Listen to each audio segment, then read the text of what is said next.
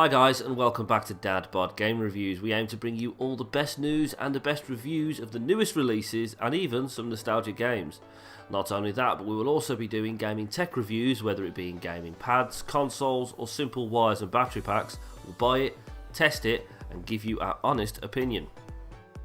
I want to begin by letting you know that I did actually plan on doing a long detailed video of all the information due to the Bungie split from Activision, but every time I seem to get that video done and upload it to YouTube, it gets copyrighted within seconds, so I'm going to have to get clever with that video. Stay tuned for more details. But today I bring you the Ace Combat review, and I want to start with a question.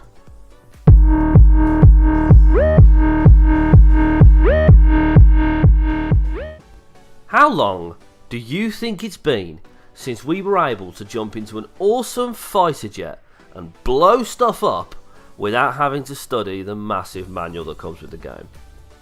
Anyone? No one? Alright. Well, with Ace Combat 7, you don't have to think about it anymore. This game brings with it the welcome return to mainstream gaming for flight combat simulators. With this game also sees the return of exciting arcade-ish style flying and dogfighting that's kept this game so popular from 1995 to 2014. You will blow up bombers, chase down enemy pilots, dismantle bases one missile at a time across a wide range of scenarios. And even though this isn't a hardcore flight simulator, it still requires a little bit of strategy and planning for your attack. You have to plan your attack as you are always under the gun, no pun intended, either by the number of bogeys you have to kill or by the inevitable time limit of the missions. There are moments in this game, especially when you are chasing down a difficult enemy, that either your reflexes or your stamina are put to the test. And to be honest, no matter what your strategy is, it all goes out the window as soon as you're lining up a missile lock or someone's got a missile lock on you. You can pick this game up at the base level and play it, but the dogfighting in this series has always been surprisingly complex for an arcade style game. There are tricks and advanced maneuvers to figure out using the advanced turning controls that bring a lot of nuance to the combat. Figuring out how to accurately turn tides of battle against an enemy is a mind-boggling ordeal. I came in this game as someone who's already played the Ace Combat series before. I came in with the knowledge, with all that gaming knowledge, but I still felt like I had a hell of a lot to learn, which, surprisingly, Ace Combat offered very little in the way of help or guidance on how to actually fly the aircraft, except the most obvious control information. So whether you are a new novice player or an old fan returning and looking to take your piloting skills to the next level, there is no training mode and no advanced tutorials. Many mechanics, such as using bombs to attack ground targets, get almost no instructions, and in some cases no instructions at all, even when they're all incorporated into missions. Even on easy, the difficulty meant for those new to Ace Combat, there are very few text prompts in the opening missions to tell you how to brake, accelerate and use missiles. The idea that anyone will be able to pick up this game fresh-faced and know everything they need to know straight away is ludicrous, even if it plays identically to the last past Ace Combat titles. And it has almost been 5 years since the last Ace Combat game, Infinity, and 12 years since Ace Combat 6, and I'm not being funny, but I struggle to remember what I had for breakfast last week. Even fans who have followed the series and played every game are likely to be very out of practice, and yet they expect us to jump back into the cockpit like no time has passed. But it is still possible to pick up the controls and have a few decent laughs swatting planes out of the sky, especially if you've played other Ace Combat games more recently. But it definitely struggled to figure out the ins and outs, and you will learn by doing, failing, crashing and getting shot at an absolute shitload of times. That said, you will look good doing it during all the failing, because Ace Combat plays like a game from a previous decade, but it looks absolutely shiny, new and beautiful. Detailed jets zip across the sky, weaving among beautiful craggy mountain ranges and bursting through cloud cover. It is always delightful and a reward to have a closer peek as you fly perilously close to a cliff, and you can see the patches of grass and small discrete rocks on its face. It is not unlike looking out the window of an actual aircraft actually, and of course the detail adds to a spectacular combat. When you fly through the smoke and the flame of a just destroyed fighter, you can actually see pieces of shrapnel hit your aircraft and shooting every which way. Sometimes the explosions themselves are their own reward. This game does follow another trend of games set among the late 2018. Ace Combat adopts an adaptive weather system all the way through the 10 to 15 hour campaign. You'll have to dodge huge thunderstorms, dust storms, fog and so much more, and there is an impressive amount of detail in these conditions. Your cockpit glistens in the water from the rain, and the lightning changes inside as you fly through sandstorm. Weather also adds some mechanical challenges as well, and make these events feel like a real hazard other than just salad dressing. High winds can change your heading, and lightning can strike you, disabling your weapon systems right when you need them. I had a really annoying moment when I was being chased by a fighter pilot that must have been programmed to be like a World War II ace fighter, and just as he launched a ton of missiles at me, a lightning strike hit my wing, disabling my defensive systems, and I got blown up. What really is frustrating in general is the developer, Project Aces, seems dead set on playing against the game's strengths in its campaign design rather than emphasising them.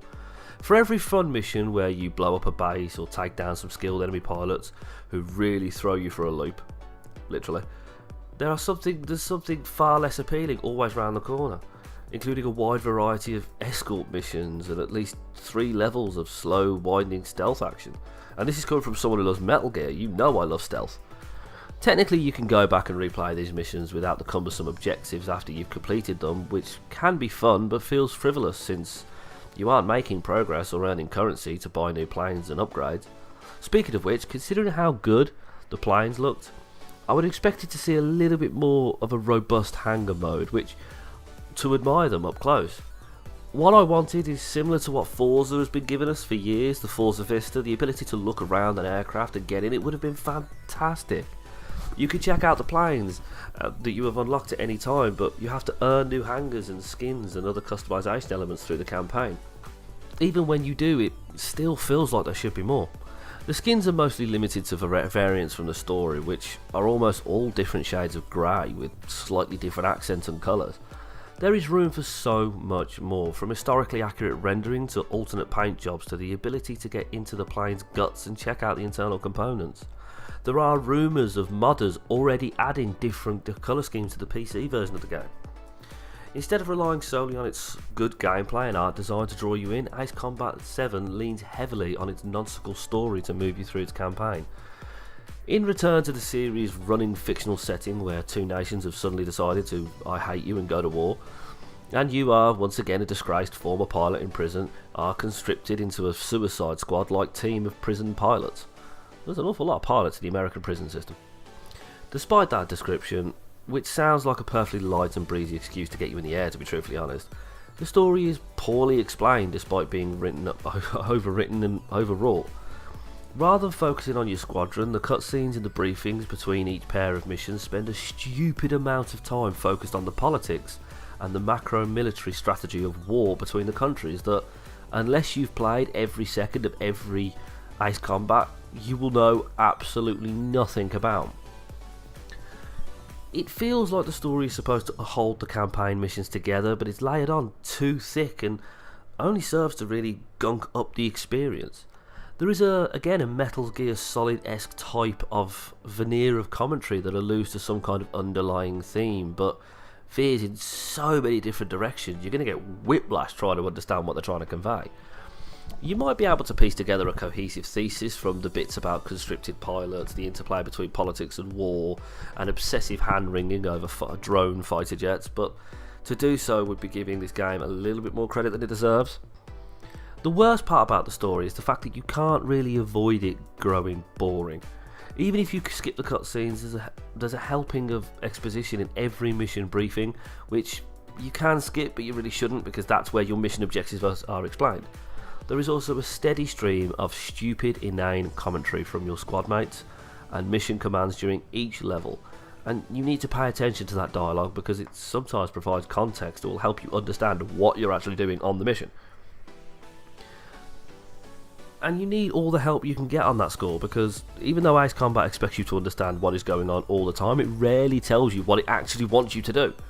The descriptions of the missions are often defined broadly, like protect an ally, take down an enemy bomber, things like that, but often come with specific time limits or procedural constraints that aren't made clear, so you only find out when suddenly you failed the bloody mission.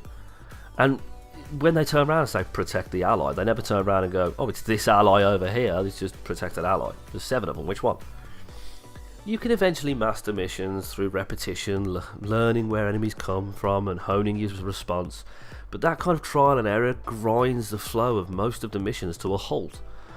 You also aren't given enough information to properly track your objectives. In one mission where you and your squad are meant to protect a group of fellow pilots, you are constantly fed chatter about how different protectees need help, but there's absolutely nothing to tell you which pilot specifically. There's nothing to turn around and go, this one needs help. Given any moment, for a temporary blue outline, that's all that happens, but it's literally a blink and miss it moment, and you can only see the blue outline if you're actually looking at the pilot directly. Despite each fighter having a character name, all jets are named Ally on your HUD and your radar. It adds an element of randomness that the missions don't allow for, since a single destroyed enemy forces start all over again. It doesn't help that many missions divide your attention across wide levels, demanding you to take care of multiple problems at once. It often seems as if missions were designed for squad-based play, say 3 or 4 capable pilots working together, but there is no co-op option.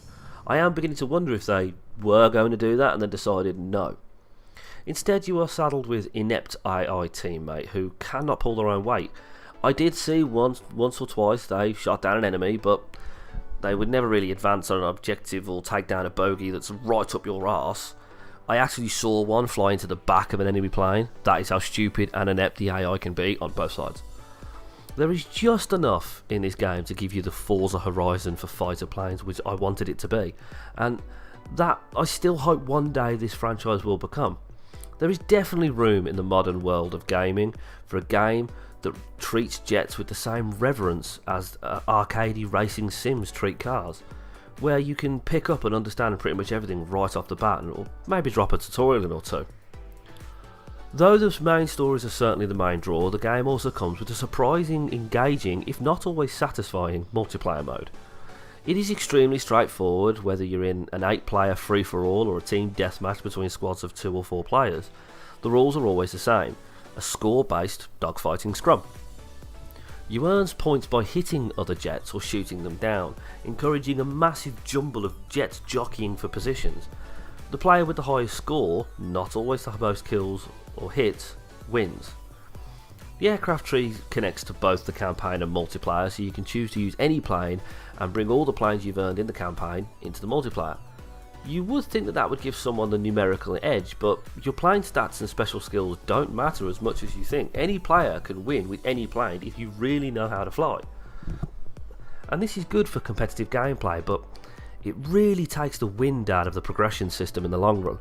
It certainly does not help that of the 3 classes of planes that there is in the game, there's only one type of plane you're ever going to see or ever need, which is air-to-air fighter.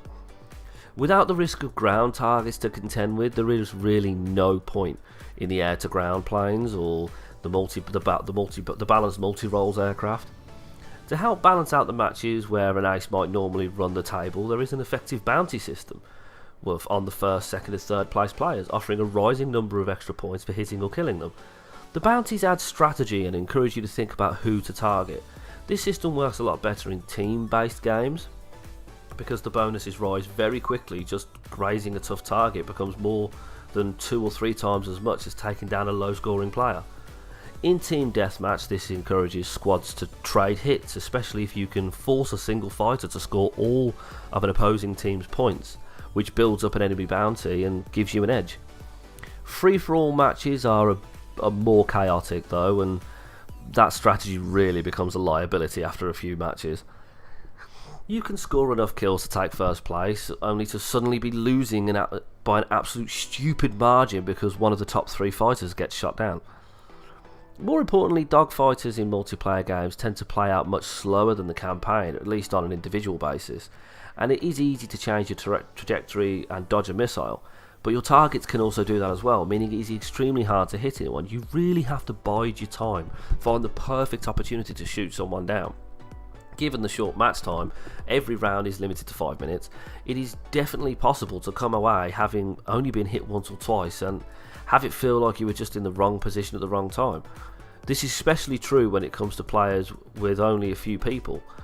One-on-one matches can really feel a bit slow, especially when both players are good pilots and the matches default in a stalemate. I had a few of those where instead of it being a massive dogfight, it was just me chasing him for 5 seconds and him chasing me for another 5 seconds, no shots fired because we couldn't get a lock-up. This is a real concern because as a game without a ton of multiplayer support, Ace Combat's scene will likely be restricted to a small, active, loyal player base before too long, which will make finding a full match tricky to say the least. While Ace Combat 7 was originally announced as a PSVR exclusive back in 2015, it's far from a fully fledged VR experience now. An entertaining but very limited PS4 exclusive VR mode is all that's really left, and it's kept in its own menu, isolated completely from the rest of the campaign or other modes. With 3 fairly disjointed missions to play, all of which is simply just to destroy enemies, it took me less than 40 minutes to see everything that VR mode had to offer. The aircraft and weapons choices are restricted to a stupidly small set of options, and on top of that, you're forced to play on the expert control scheme. And if you haven't played the games before, you're really going to struggle. The limited combat content is so disappointed precisely because the VR flying itself is so amazing. It's extraordinarily awesome. To track an enemy by literally turning your head and watching them shoot past me at the speed of sound, flying through the clouds and watching the water hit my canopy, or shifting in my seat as I pull hard up to avoid splatting into the face of a mountain, it was amazing. It was a fantastic experience. Ace Combat 7 is by no means the first VR flight game to get these moments right, but that doesn't mean it is not fun, and it cannot really be thrilling at times. I have a fairly strong stomach for VR, and thankfully pulling off high-speed barrel rolls and figure of eights in the sky never really made me sick. The only mission that I felt a little bit queasy on was the second mission, and that was due to the fact that I was facing a multitude of stationary ground targets, and this may be the biggest hint why this game's not the whole VR experience. There is also a free flight mode that just lets you cruise around at your leisure in some sort of soft air show mode that lets you watch your planes do tricks at your command, but that held my interest for about 5 minutes. Unless you're really bored, you're not going to go back to that mode. Overall, the VR mode is a cool addition for people who already have the PlayStation VR, but I wouldn't say go out and spend your hard-earned cash on a VR headset, nor do I recommend the PS version over the Xbox or PC version. The final verdict is Ace Combat 7 Skies Unknown is a gorgeous looking arcade flight combat game, and zipping over high quality terrain to establish missile locks and evading your pursuers can be a hell of a lot of fun.